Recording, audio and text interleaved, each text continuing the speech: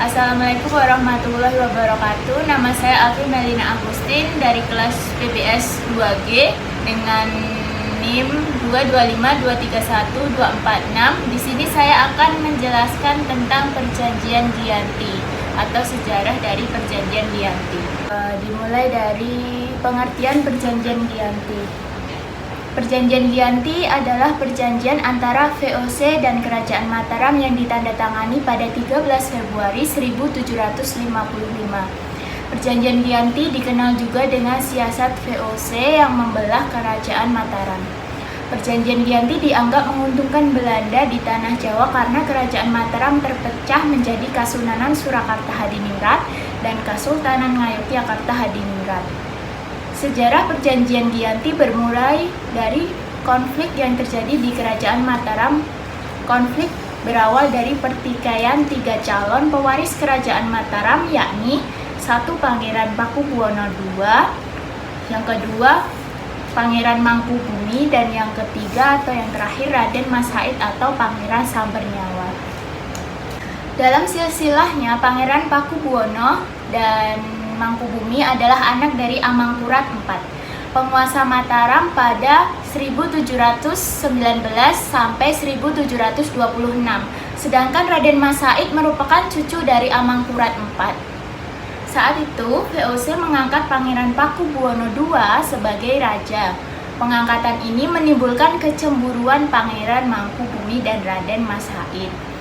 VOC juga memaksa Pangeran Pakubuwono untuk memberikan mandat penunjukan raja dan petinggi kerajaan harus dengan persetujuan Belanda.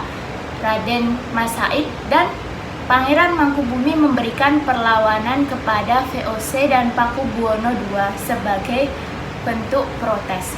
Serangan itu membuat Pakubuwono II meninggal dunia. Peninggal Pakubuwono II, Pangeran Mangkubumi menjadi raja. Namun, VOC tidak mengakui status Pangeran Mangkubumi. Situasi semakin memanas saat VOC mengangkat putra Pakubuwono II, yaitu Raden Mas Surjadi atau Pakubuwono III yang masih remaja sebagai Raja Mataram. Raden Mas Said dan Pangeran Mangkubumi kembali melancarkan serangan pada VOC dan Raden Mas Surjadi. Untuk meredam serangan itu, VOC menjalankan siasat licik dengan memecah belah Raden Mas Said dan Pangeran Mangkubumi. VOC mengirimkan utusan khusus untuk menghasut Raden Mas Said agar berhati-hati terhadap Pangeran Mangkubumi yang bisa mengkhianatinya. Nah, di sisi lain VOC juga mengirim utusan ke Pangeran Mangkubumi. VOC membujuk Mangkubumi untuk menjanjikan setengah wilayah kekuasaan Mataram yang dipegang oleh Raden Mas Surjadi. VOC mengundang kedua orang tersebut untuk merundingkan pembagian kekuasaan. Perundingan yang terjadi pada tanggal 22 sampai 23 September 1754. Di dalam perundingan itu, mereka membahas tentang pembagian wilayah kekuasaan Mataram, gelar yang akan digunakan kerja sama VOC dengan Kesultanan, dan sebagainya.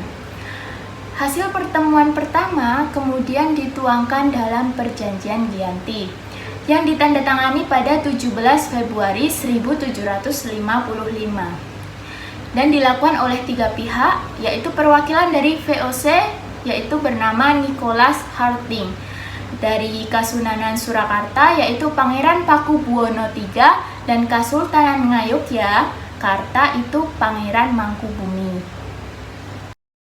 Di sini saya akan menjelaskan isi-isi dari Perjanjian Giyanti yang sesuai ada di gambar tersebut.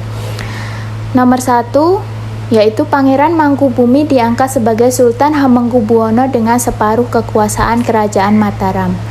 Hak kekuasaan itu diberikan atau diwariskan secara turun-temurun.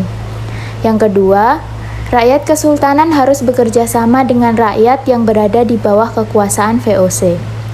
Yang ketiga, para bupati atau pejabat eksekutif, gubernur, harus bersumpah setia pada VOC.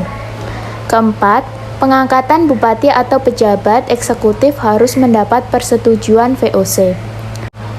Yang kelima, Sultan harus mengampuni bupati atau pejabat eksekutif yang memihak VOC dalam peperangan. 6. Sultan tidak akan menuntut hak Pulau Madura atau daerah pesisir lain yang telah diberikan Pakubuwono II kepada VOC. Sebagai gantinya, VOC akan memberikan uang ganti rugi sebesar 10.000 real setiap tahunnya. Yang ketujuh, Sultan Hamengkubuwono akan memberi bantuan jika Sultan Pakubuwono III membutuhkan. Kedelapan, Sultan akan menjual bahan makanan dengan harga yang ditentukan VOC. Dan yang terakhir, yang kesembilan, Sultan berjanji menepati segala macam perjanjian yang pernah dibuat antara penguasa Mataram terdahulu dengan VOC. Sekian penjelasan dari saya tentang perjanjian Giyanti, kurang lebihnya mohon maaf. Wassalamualaikum warahmatullahi wabarakatuh.